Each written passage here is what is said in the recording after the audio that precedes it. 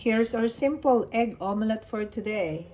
1 small red onion, spring onions, 2 eggs, a little bit of milk, and salt and pepper. I've added salt and pepper into this egg mix. Now it's time to add the milk. Remember to hit that subscribe We're button. ready with our raw ingredients. For extra taste, good taste, I've decided we're going to use some butter when frying or cooking the egg omelette.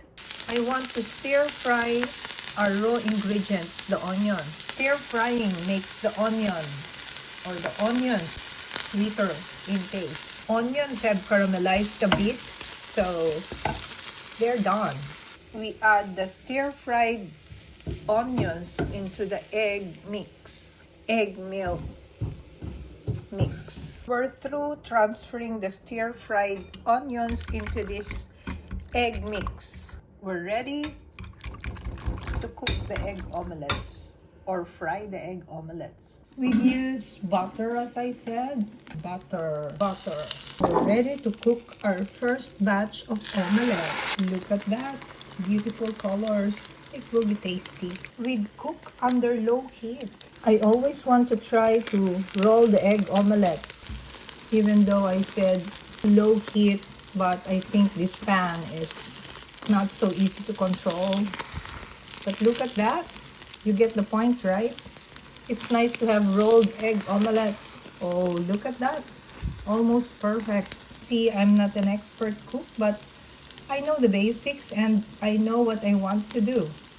I want to have tasty and beautiful egg omelettes. That's the first batch. It's done.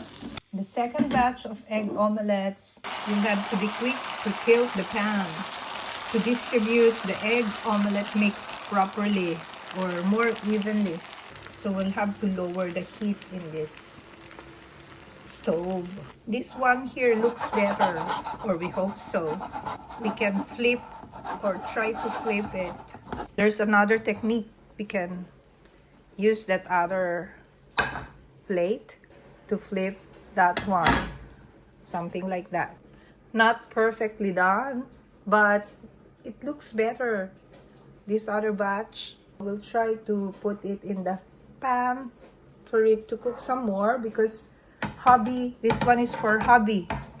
He likes cooked, not half cooked. Look at that perfect egg omelette. And then we try to roll that. So look at that. A better egg omelette compared to the first batch. And this one's healthy. Just onions, spring onions, red onion, and salt and pepper, 2 eggs plus milk. I made 2 batches. So you see, the veggies and the milk help to increase the volume so that 2 eggs can serve 2 adults, me and hubby. Look at that.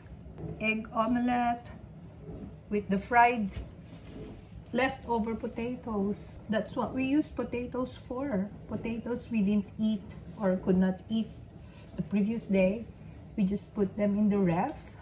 And then the next day or the next days, we can cut them into these slices and then fry them in the pan. They're good. They're a good combination with the egg omelette. And then we can garnish the egg omelette with ketchup. We like ketchup in this household. Thanks for now.